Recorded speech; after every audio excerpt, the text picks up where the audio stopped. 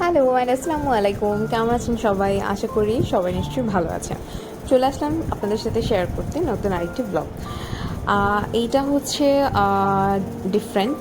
আমার প্রিভিয়াস ব্লগেও বলেছি যে একটু গতানুগতিক থেকে ডিফারেন্ট, কারণ এইবার ঈদের পরে আউটিংয়ে গিয়েছি বা বিয়ের দাওয়াত খেতে গিয়েছি। এটা ঈদের খুব পরপরই বৃহস্পতিবার এই দাওয়াতটা ছিল।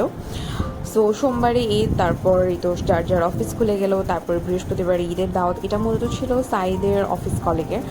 আর আমার মেয়েকে দেখতে পেরেছেন ক্লিপে, কেউ মাশাল্লাহ বলতে ভুলবেন না। আর এই তো আমরা প্রথমে সাইদ অফিস থেকেই চলে গিয়েছিল, আমি বাবুকে নিয়ে বাসা থেকে তারপর রওনা হয়ে যাই। আর সেখানে পৌঁছতে জাস্ট মানে বিশ্বাস হবে না, হয়তো বা ঈদের সময় দেখে বৃহস্পতিবার দিন আমি জাস্ট 25 মিনিটসে যাত্রাবাড়ি থেকে বিএফ শাহিন হলে জাস্ট 25 মিনিটসে আমি পৌঁছে গেছি, which is for me totally surprising. Anyways, এটা সারপ্রাইজে বলারও কিছু নেই, যেহেতু ঈদের সময় ছিল, হয়তো বা এটা অন্য দিন হলে পসিবল হতো না। তো যাওয়ার পর প্রথমে সবার সাথে একটু গেট টুগেদার হলো, মানে সরি মিট হলো, গেট টুগেদারই বলা যায়, দাওয়াত খেতে যাওয়া কাইন্ড অফ সবার সাথে একটা গেট টুগেদার হয়ে যায়। আর এই তো খাওয়া দাওয়া শেষ করে তারপরে হচ্ছে বর কনের সাথে আমরা কিছু ফটো সেশন কমপ্লিট করলাম, তারপর আমরা গাড়ি কল করে ফেললাম আর বের হয়ে যাব, কজ বাবুরও ঘুমের সময় হয়ে গেছে, সো লেট করে লাভ নেই।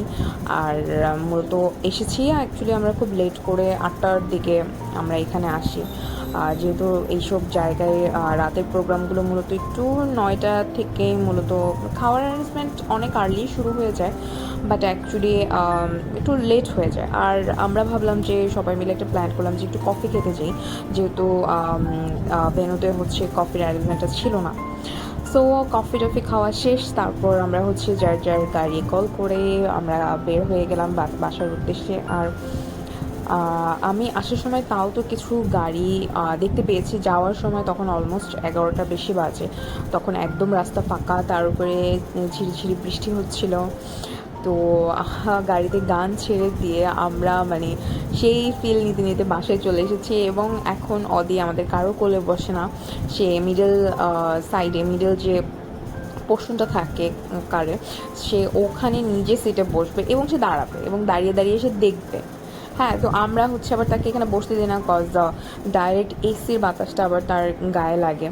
বাট আমার মেয়ে খুবই ক্র্যাঙ্কি হয়ে যায় যদি তার মন মতো কিছু না হয়। সে নাওয়াডেজ এইটাতে আমরা একটু পেরেশান আছি, তার মন মতো হতে হবে সব কিছু, তো আমরা একটু ইগনোর করার ট্রাই করছি, কজ বাচ্চা মানুষ এত মাথায় তুলতে নেই।